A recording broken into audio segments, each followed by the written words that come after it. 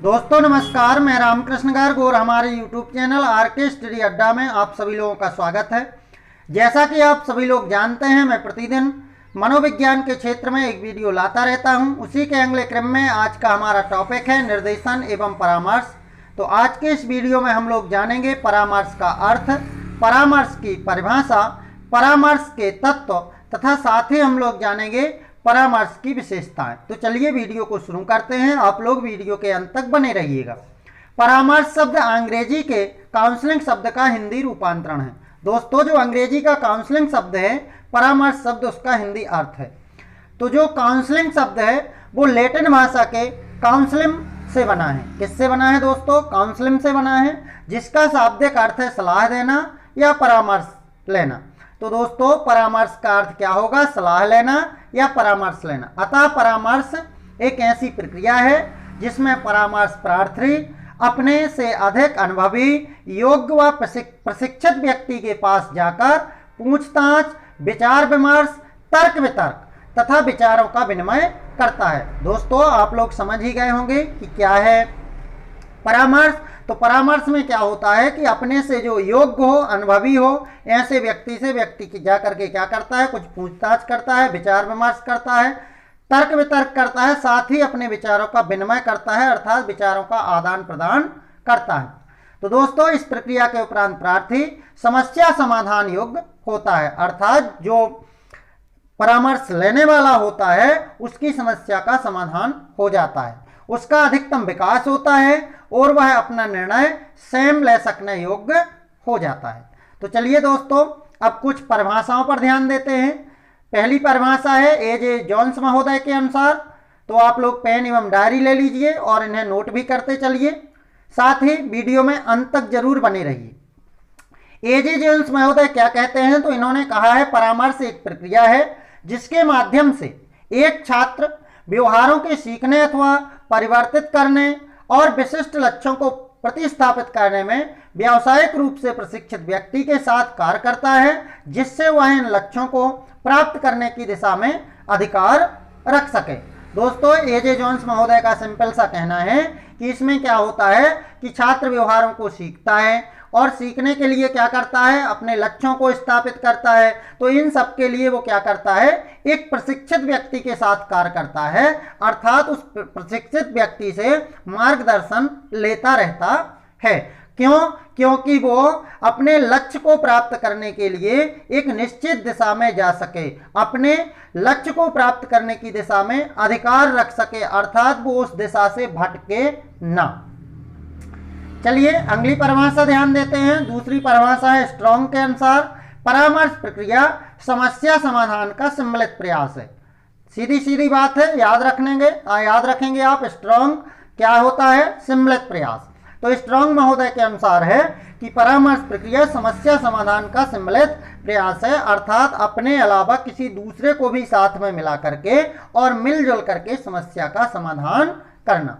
Number तीसरी देखें, Robinson के अनुसार परामर्श शब्द दो व्यक्तियों के संपर्क की उन सभी स्थितियों का समावेश करता है जिसमें एक व्यक्ति को उसके स्वयं के एवं पर्यावरण के बीच अपेक्षाकृत प्रभावी समायोजन प्राप्त करने में सहायता की जाती है।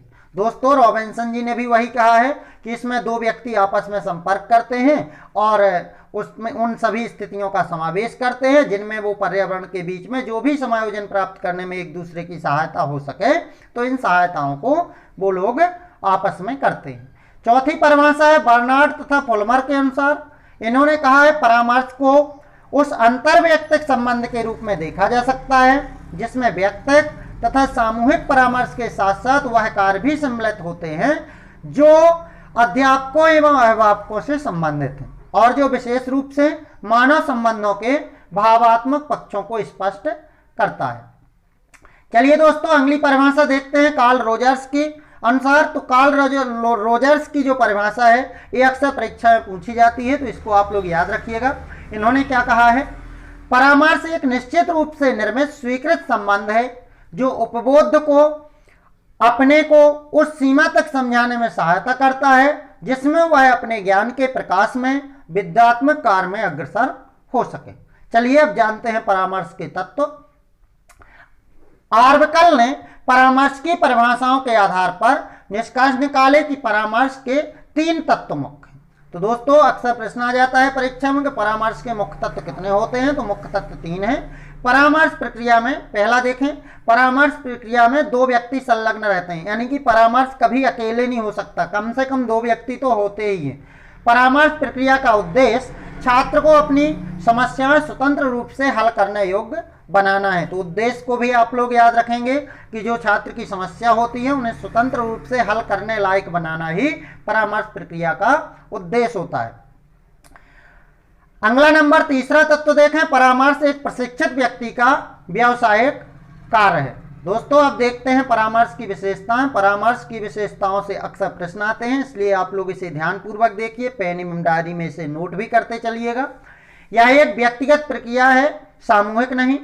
परामर्श प्रक्रिया में केवल 2 व्यक्तियों का संपर्क होता है।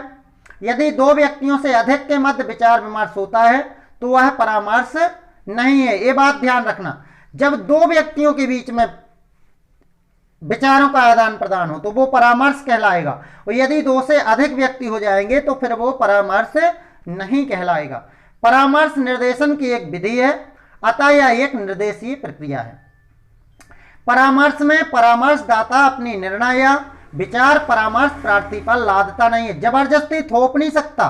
परामर्श में क्या होता है, दोनों आपस में बातें करते हैं, इसके बाद अपने मन से जब उसको सही लगता है परामर्श प्रार्थी को तो परामर्श प्रार्थी उसे अपना लेता है, उसको जबरदस्ती थोपा नहीं जा सकता। परामर्श प्रक्रिया परामर्श प्रार्थी केंद्रित होती है, जिसमें पारस्परिक विचार विमर्श, वार्तालाप, तर्क वितर्क द्वारा प्रार्थी को इस योग्य बनाया जाता है कि वह अपने स्वयं के लिए निर्णय लेने में समर्थ हो सके। परामर्श प्रक्रिया व्यक्ति को आत्मनिर्भर बनाती है एवं उसमें आत्मविश्वास उत्पन्न करती है। दोस्तों इन बातों को आप लोग याद रखिएगा। अब जानते हैं परामर्श के सिद्धांत। तो दोस्तों परामर्श के कुछ प्रमुख सिद्धांत निम्न हैं जिन्हें आप लोग ध्यान में रखेंगे। पहला है प्रभाववादी सिद्धांत। अगली वीडियो में हम लोग इनको विस्तार पूर्वक समझेंगे, अभी आप सिर्फ नाम याद कर लीजिएगा। परामर्श का जो पहला सिद्धांत है वह है प्रभाववादी सिद्धांत, इसे प्रभाववर्ती सिद्धांत भी कहते हैं। दूसरा है व्यवहारवादी सिद्धांत, तीसरा है बोधात्मक सिद्धांत और चौथा है व्यवस्थावादी प्रारूप सिद्धांत।